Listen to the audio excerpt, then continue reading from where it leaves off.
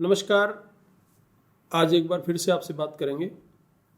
मेरा पसंदीदा विषय जो आप लोगों से जुड़ा हुआ है, राजनीति, राजनीतिक दल और देश की मौजूदा सरकार के कुछ फैसले। खबर थोड़ी पुरानी है, बात की जा सकती है, करते हैं। अजीत पवार नाम आपको पता ही होगा, महाराष्ट्र से हैं और महाराष्ट्र की सरकार में शामिल हैं, मौजूदा सरकार में शामिल हैं। आज 22 दिसंबर को मैं ये वीडियो कर रहा हूँ, 22 दिसंबर 2024 को।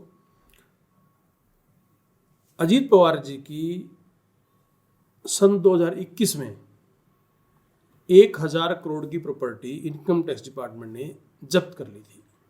खबर ये है, 2021 की खबर आपको आज दे रहा हूँ। आपको पता ही होगा, आप अवेयर हैं, बिल्कुल मुझे पता है, देश के नागरिक बहुत अवेयर हैं इस देश में। तो अब ये खबर मैं आज आपको क्यों बता रहा हूँ, क्योंकि अब सरकार बनने के बाद वो प्रॉपर्टी उनके नाम रिलीज कर दी। क्या जांच हुई, कुछ नहीं पता। अब सवाल ये है, जो मुझे लगता है कि जब अजीत पवार का साथ चाहिए था तो पकड़ लिया, काम चल गया तो छोड़ दिया। अब पवार साहब के पास ऑप्शन क्या था?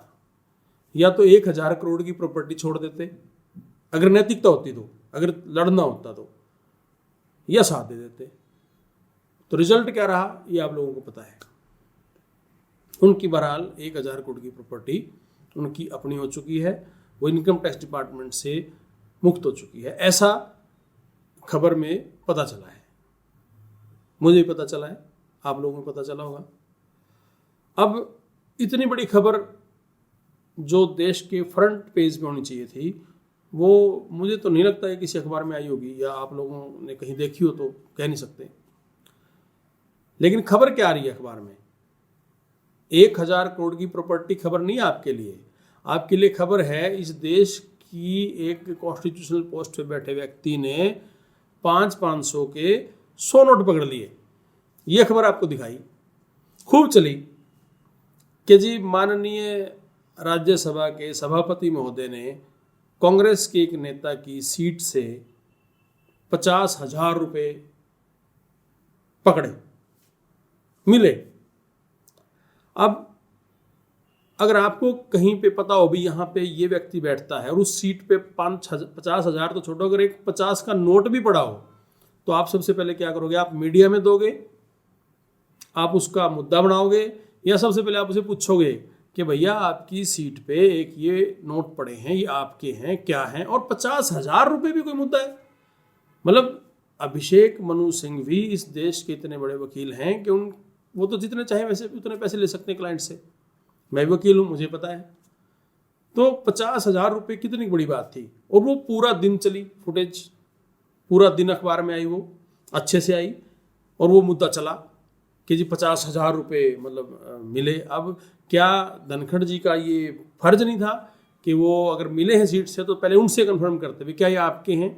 और वो कहते हैं हाँ मेरे हैं, तो उनको पकड़ा दिए जाते कि लो जी अपने पैसे आप भूल गए थे, ले लो। कितनी बड़ी बात थी। लेकिन वो एक ऐसा प्रोजेक्शन करके दिखाया आप लोगों को। मतलब जादूगर क्या करता है, आपको बेवकूफ़ बनाने के 100 तंत्र मंत्र अपनाता है। कभी पर्दा हिलाएगा, कभी कपड़ा हिलाएगा, कभी लाल और काले चीज़ों को ऊपर नीचे करेगा, कभी तलवार यहाँ लगाएगा, कभी वहाँ लगाएगा। मतलब जादूगरी है ना, कि एक वो 500 के 100 नोट और वो इतना बड़ा मुद्दा है ना। और अब अजीत पवार जी की बात कौन करेगा जी? उनके 1000 करोड़ हैं, वो 50,000 और 1000 करोड़। मुद्दा तो वो होना चाहिए था कि इसकी प्रॉपर्टी बची कैसे? क्या उसकी 1000 करोड़ की प्रॉपर्टी इनकम टैक्स ने गलत पकड़ी या सही पकड़ी थी? अगर वो सही पकड़ी तो छूटी कैसे? अगर वो गलत पकड़ी तो क्यों पकड़ी? और क्या उसकी 1000 करोड़ की इनकम है उस नेता की?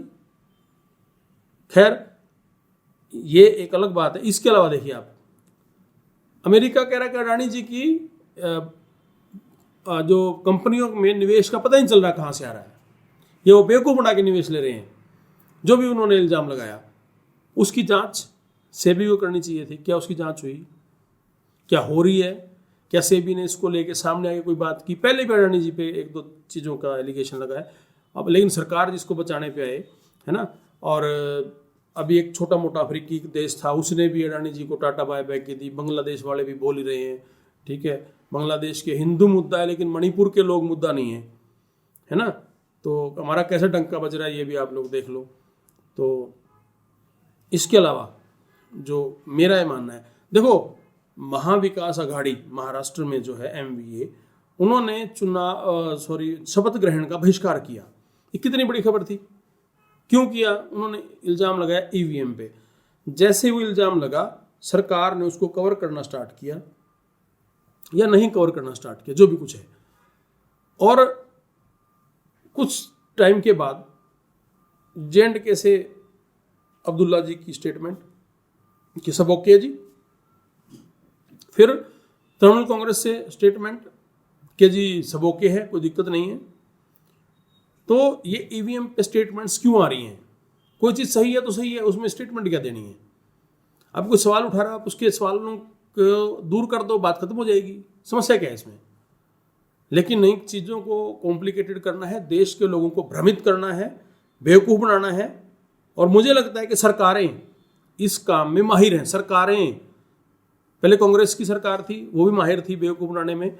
अब ये जो भाजपा की सरकार है, ये उससे भी ये मास्टर हैं।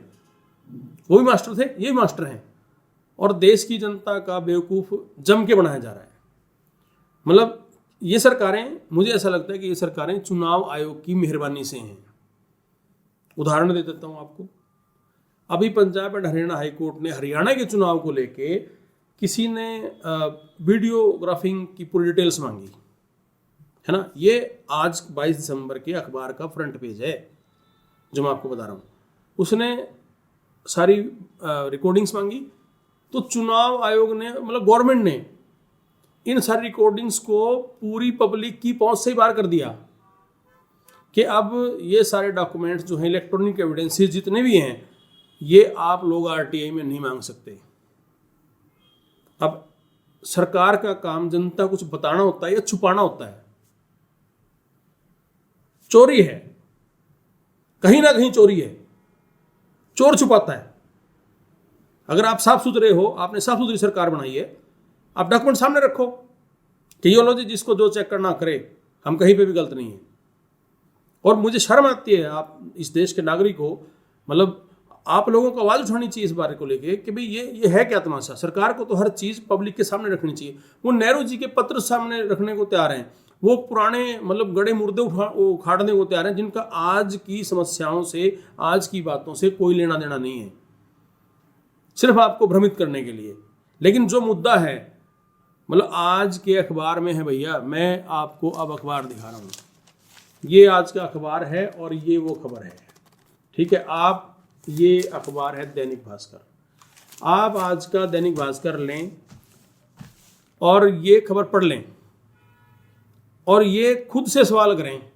आप चाहे भाजपा के समर्थक हैं, याद रखना, ये आग जो पूरे देश में कहीं कहीं लगी हुई है, ये आपके घर तक जरूर आएगी। आप चाहे भाजपा के समर्थक हैं, चाहे कांग्रेस के समर्थक हैं, चाहे किसी और पार्टी के समर्थक हैं, गलत को गलत और सही को सही कहना शुरू करें। उस बात को प्रॉपर उठाएं ताकि इन नेताओं को जनता से डर लगे। आज जनता डर रही है। मेरे वीडियो को आप लोग देखें, इसे शेयर कर दें। आप नहीं कुछ कर सकते तो मैंने जो बात की है, मैंने ऑथेंटिक बात की है, मैंने वो बात की है जो आज अखबार में है, पिछले दिनों अखबार में थी, उससे पिछले दिनों अखबार में थी। आपने, किसी ने पढ़ी, किसी ने नहीं पढ़ी। हम अपने दैनिक जीवन में इतने बिजी हैं, अपनी रोजी रोटी कमाने का संकट इतना बड़ा है कि हम, कोई पढ़ भी लेता है अखबार, कोई नहीं पढ़ता है, कोई न्यूज़ देख भी रहा है, कोई न्यूज़ नहीं भी देख रहा है। जैसे मुझे तो लगभग 10 साल हो गए मैंने टीवी में न्यूज़ नहीं देखी, क्योंकि मैं पेड न्यूज़ नहीं देखता हूँ।